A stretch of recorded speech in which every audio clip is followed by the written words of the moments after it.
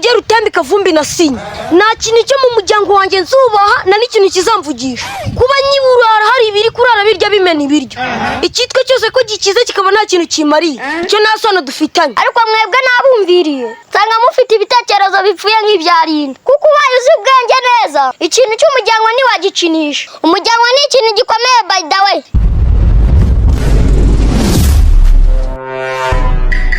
ariko rudakubuzi ko hari abantu bavamvaye byagenze nguteze ariko umuntu araza akazana ubuvamvari ashaka kuburishisha agashaka amafaranga none se ubundi ni ibiki byagenze gute ariko ibaza umutipe wo ku mugore ubyara mama arifasha araza ngo kavungo mfasha unize 200 nyamwimye ngo nuko turi umuryango ndamubaza nese umuryango ni ibiki nyine numva akomeje kubitindaho cyane none se ubwo kavuga umuntu wo mu muryango wa hafi ngurcyo wamwima amafaranga ngo muki umuntu wo mu muryango wa hafi ngurcyo wamwima amafaranga koko ubundi si ibyo by'umuryango ni ibiki ni famiye nyine famiye ibyo nibakabinzaneho nje yanjye nabonye nunetse nguzanye ibya famiye iyo mikino ni igikinirwa mu kibuga cya Kavumbi bajye bashaka handi bayikinira ariko kavuga umuntu wo mwanya gukuru wawe ubu byagutangaza avukana na mama wawe ibaze baravukana hanyuma kaza nzana hitese yesu we kavuzi kari nyokorome wawe wimye amafaranga ngo ninde nyokorome wawe umuntu uvukana na mama wawe ubwo se nimba avukana na mama wawe ngiye duhuriye ariko uziko giye Kavumbi mwanyibeshyeho we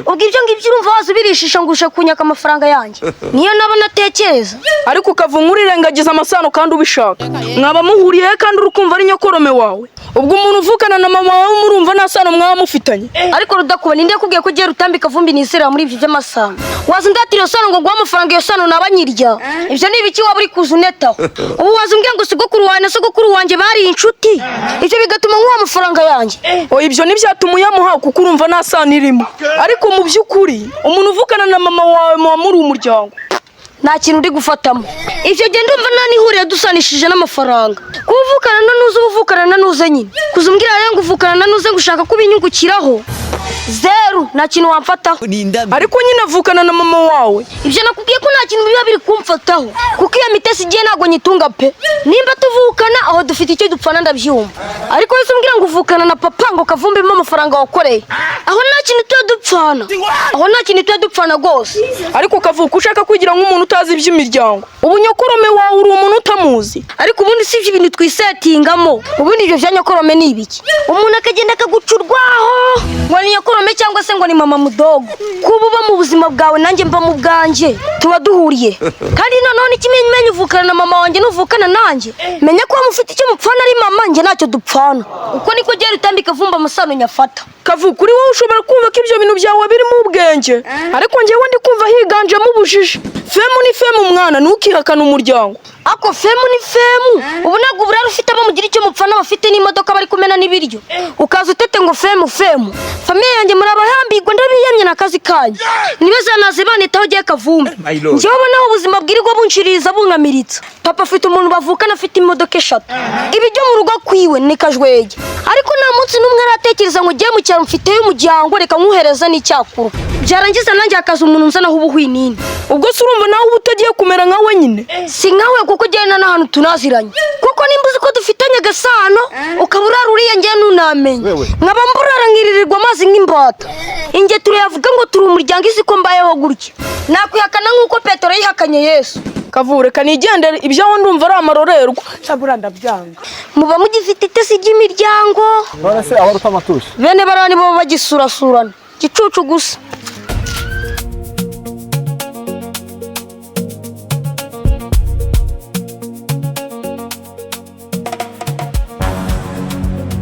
wasarisa kuri n'imizigo uvuye yewe se kuri n'imizigo uvuye mani hajya ntago nakubwiye ejo hari akagendo mfite rero narebye mbona kugira nta kintu byaba biri gusa nabi mitamo kugura amateke dore ko abanyakigali bayakunda kubi abanyakigali bahese kandi mani hari hashije igihe kinini nk'amezi nk'atatu najya gusura shangazi ariko urukumbuzi mbafitiye sinzi uko nzaza vuba pe ariko buriya injiji ziragwira pe wabona ikintu cy'igisore nkaho ushega ngo ugiye gusura no kubivuga nta n'ipfunwe biba bigutera biranera ipfunwe kandi ngiye gusura shangazi ariko sarisa mwajya mwikuramo ubwo bubwa ubu umuntu w'umusore nkaho uri umuntu ushagira kujya gusura.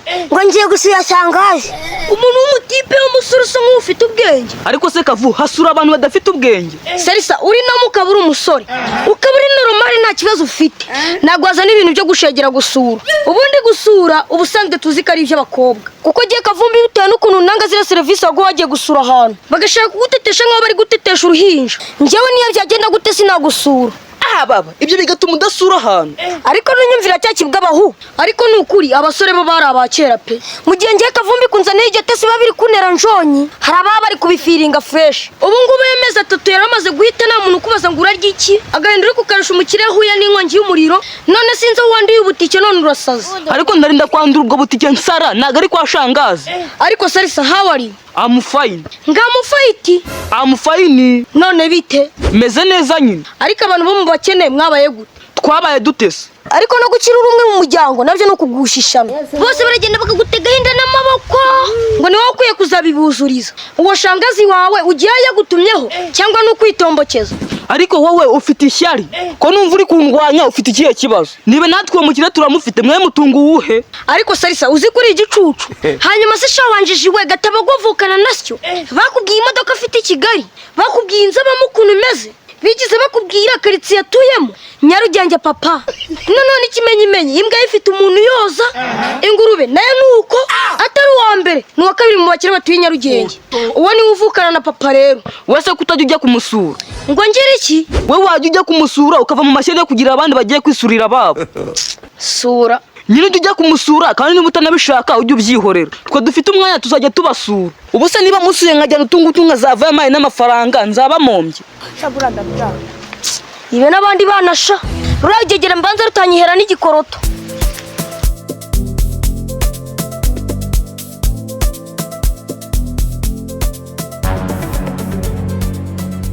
Kazu byifashe gute se? Ni fresh by'iminsi man. Shanga ubonye uri kumanuka nenda kwiruka pe. Kubera iki se? Umanutse waje ibijuri kureba nk'umuyugi. Ni ukubera ibibazo. Icyo tamasimbi byakugendekeye gute? Shaka Vumbi ujye ubyihorera ko nzi ko duturuka hamwe. Ndagenda nerekana amenyo narasevingiwe. Igifu cy'abakirimo ubusuka genda ushinyika. Kazu n'ukuntu femme yanyirimo abakira gusa. Kuba barimo se. Nyina wikihindira umuntu ushonje cyane. Shonje cyane ndasonza se ubwo bwa kangahe. Isari yasumbye sesemi none ngo ndi kwihindura umuntu ushonje. Uturuka muri femme y'abakira gusa. Kavunda kwiyamye. Uhereye kare numva uri kugenda unkomeretsa ariko ndagira ngo ibitu bishyiraho umucyo. Urabizi neza data si umukire. Ibintu byo kugenda uncinyagurira simbishaka. Kubavukana n'abakire ibyo biramureba ntacyo bamariye. Gatabagwa kavukana naso ubiwanyu mufite ibiryo bihagije. Si umukire nafite amamodoka. Ariko Kazu mwagiye muvuga abantu mukareka kuza n'intu. Kiriya se nubwo gifite amamodoka n'amamodoka iwacu cyatugira umwe kikaduha n'agafuka kakawunga. Reka da kandi ubu nitwapfa nicyo kizahagera mbere. None se kucyumva ko abandi bahaze kandi nawe ari uko. Burya Kazu nawe famille yawe nuko. Sha nuko mwana. Niyo mpamvu ugiye rutambika Vumbi na Sinya. Nta kintu cyo mu muryango wanjye nzubaha na n'ikintu kizamvugisha. Kuba nyiburara hari ibiri kurara birya bimena ibiryo. Ikitwe cyose ko gikize kikaba nta kintu kimariye. Cyo nasano dufitanye. Oya nje nta kibazo bimbwiye ibyo. Ahubwo biriya niho mfatira inspiration. Kuko hariya niho nigira ko ninagira icyo mbona. Nzamenya uko nitwara mu muryango wanjye. Kuko buriya umuntu akora uko umutima w'umutegeka nyine. Nje nzagerageza simbe nkabo. Kandi noneho turi ikiryango. Uri ikiryango n'umuntu utakwitaho kandi akize. Ya ni umuryango wanjye da. Sha jya buriya nuko hatera ahantu nabishibishaho. Byose nabihanagura byibuze ngasigazaho papa na mama gusa. Aha Kavumbi wageraga ko umuryango ari umuryango. Umuryango ni umuryango urujiji gusa. Icyo utazi nuko umuryango ari icyo uririyemo. Ese Mafiye ko wirakaje? Shanje sinyitwa Mafiye man. Witwa nde? Nitwa Twi. Neza Twiko wirakaje. Nase wo murambaza iki? Ako twari inshuti. Jewe nawe. Nje nawe da. Je nawe tuba inshuti. Ese Twi uba hari kwa Mukamazera nago twakinanaga. Kwa shangazi sinago banyirukanye. Ngo barakwirukanye. Ari shangazi wawe. Ibazera ejo bari twagiye kureba igikombe cyiza. Urabizi sa umupira warangiriye. Nageze saa 6 z'ijoro batabanyirukana. Ariko se Mafiye kwanze kuri mugabo we yitonda. Ko kuriya yakubwira ngo genda. Wapi ni shangazi yese ambwira ngo mbyuke naho. Ngo ntihakemera gutunga umuntu w'ikirara mu rugo rwe. Ayiwe Mafiye. Nzibeho. Nari Mafiye nyeba kwa shangazi sinyire Mafiye. None se izina ryavuye ngo nukuri iwanyu. Waba Mafiye si kwa mukujya guhinga. Ariko rero imiryango yari ya kera nukuri. n'ibyo iyi minsi byagira na nubwo tunaziranye umuntu ari gukira abo mu muryango bandi akababona nk'inyamaswa akumva ko naho baba baratahikoze. nanjye shangazi naho yanyura nahanyuze umuriro.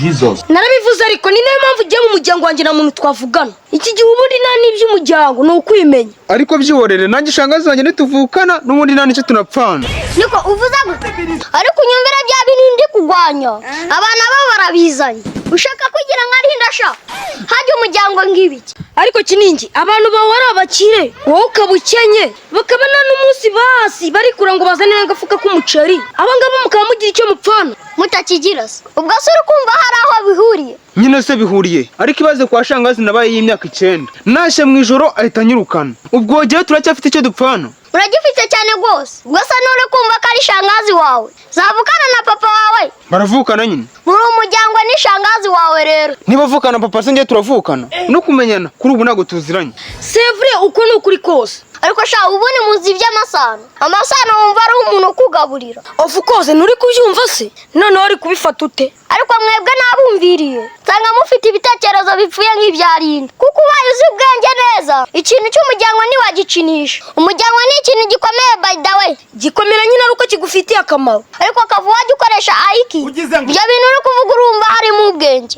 ubu namwe mugiye kwigira nkarinda neza buriya rinda namusuzuguye kuva yatinyutse akavuga kiriya kintu agakura rirakosa amanota nayamumazeho gutinyuka akavuga kuriya ngo abantu bavukana ntacyo bapfana n'umugabo we ubwenge buke cyane ubaye uzi agaciro k'umuryango ntabwo wavuga ibyo. ariko ako gaciro uri kuvuga ni akahe ubu umunyamuryango yaba ntakina kumariye akaba ari umunyamuryango mu biki yegora umunyamuryango ntaciye kumariye yaba ari umunyamuryango mu biki twe nta kintu mbabwiye muzasobanukirwa. urambaza iki wa mugabo wambabariye